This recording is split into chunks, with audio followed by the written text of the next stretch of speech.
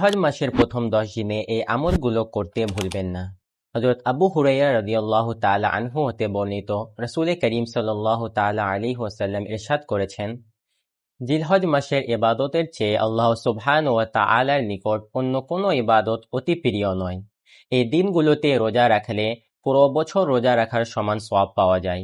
এই রাতগুলোতে কিয়ামুল লাইল করলে লাইলাতুল কদরে কিয়ামুল লাইলের সমান সওয়াব পাওয়া যায়। মুসলিম শরীফের হাদিস, রাসূল করিম সাল্লাল্লাহু তাআলা আলাইহি ওয়াসাল্লাম ইরশাদ করেছেন, যখন জিলহজ মাস শুরু হবে এবং যে ব্যক্তি কুরবানি করার নিয়ত করবে সে যেন কুরবানি করা পর্যন্ত নিজের নখ এবং চুল না কাটে। হুজুর গৌসে পাক রাদিয়াল্লাহু তাআলা আনহু তার কিতাব বুনিয়াতুত তালিবিনে ইরশাদ করেছেন, যে ব্যক্তি জিলহজ মাসকে সম্মান করবে আল্লাহ সুবহানাহু ওয়া তাআলা তাকে 10টি বিশেষ নিয়ামত দান করবেন। 1 নম্বর, তার হায়াতে বরকত দান করবেন। 2 নম্বর, তার সম্পদে বরকত দান করবেন। 3 নম্বর, তার পরিবার পরিজনে হেফাজত করবেন। 4 নম্বর, তার গুনাহের কাফারা মাফ করে দিবেন। এবং 5 নম্বর, তার নেক আমল বৃদ্ধি করবেন। 6, তার মৃত্যুকালীন সাকারাতের সময়কে সহজ করে দিবেন। 7, তার অন্ধকার কবরে আলো দান করবেন। 8, তার মিজানে নেকির পাল্লা ভারী করবেন। 9, তাকে জাহান্নাম থেকে মুক্ত করবেন।